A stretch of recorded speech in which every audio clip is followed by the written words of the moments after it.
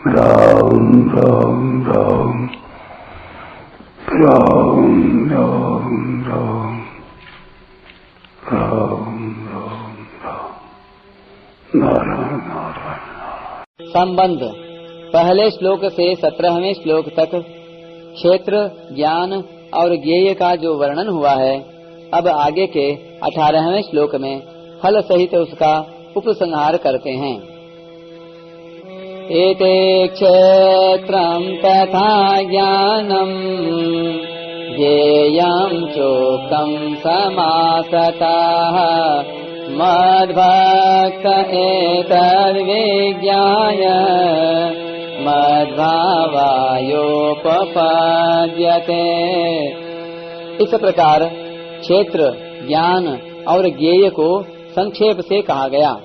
मेरा भक्त इसको तत्व से जानकर मेरे भाव को प्राप्त हो जाता है। व्याख्या। इति क्षेत्रम तथा ज्ञानम ज्ञेयम चोक्तम समासतः।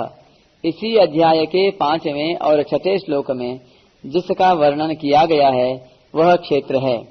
7वें से 11वें श्लोक तक जिस साधन समुदाय का वर्णन किया गया है वह ज्ञान है, और 12वें से 17वें श्लोक तक जिसका वर्णन किया गया है वह ज्ञेय है।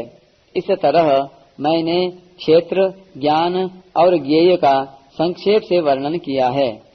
मद भक्त एतद विज्ञाय मद भावायोपपद्यते। मेरा भक्त क्षेत्र को, साधन समुदाय रूप ज्ञान को और ज्ञेय तत्व को अर्थात परमात्मा को तत्व से जानकर मेरे भाव को प्राप्त हो जाता है। क्षेत्र को ठीक तरह से जान लेने पर क्षेत्र से संबंध विच्छेद हो जाता है। ज्ञान को अर्थात साधन समुदाय को ठीक तरह से जानने से, अपनाने से देहाभिमान अर्थात व्यक्तित्व मिट जाता है। ज्ञेय तत्व को ठीक तरह से जान लेने पर उसकी प्राप्ति हो जाती है, अर्थात परमात्म तत्व के साथ अभिन्नता का अनुभव हो जाता है। परिशिष्ट भाव। यहाँ मद भक्त एतद विज्ञाय पदों का तात्पर्य है कि समग्र परमात्मा का ज्ञान भक्ति से ही हो सकता है। अतः साधक को भक्त होना चाहिए। प्रेम भगति जल बिनु रघुराई अभियंतर मल कबहु न जाई।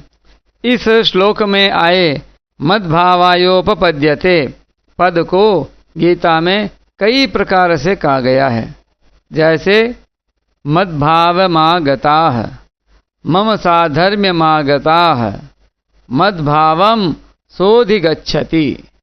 मद्भाव का अर्थ है मुझ परमात्मा की सत्ता।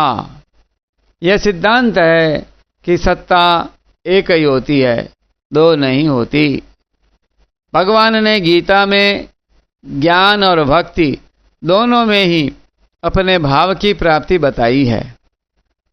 ज्ञान में इसका तात्पर्य है ब्रह्म से साधर्म्य होना, अर्थात जैसे ब्रह्म सत चित आनंद रूप है, ऐसे ही ज्ञानी महापुरुष का भी सत चित आनंद रूप होना।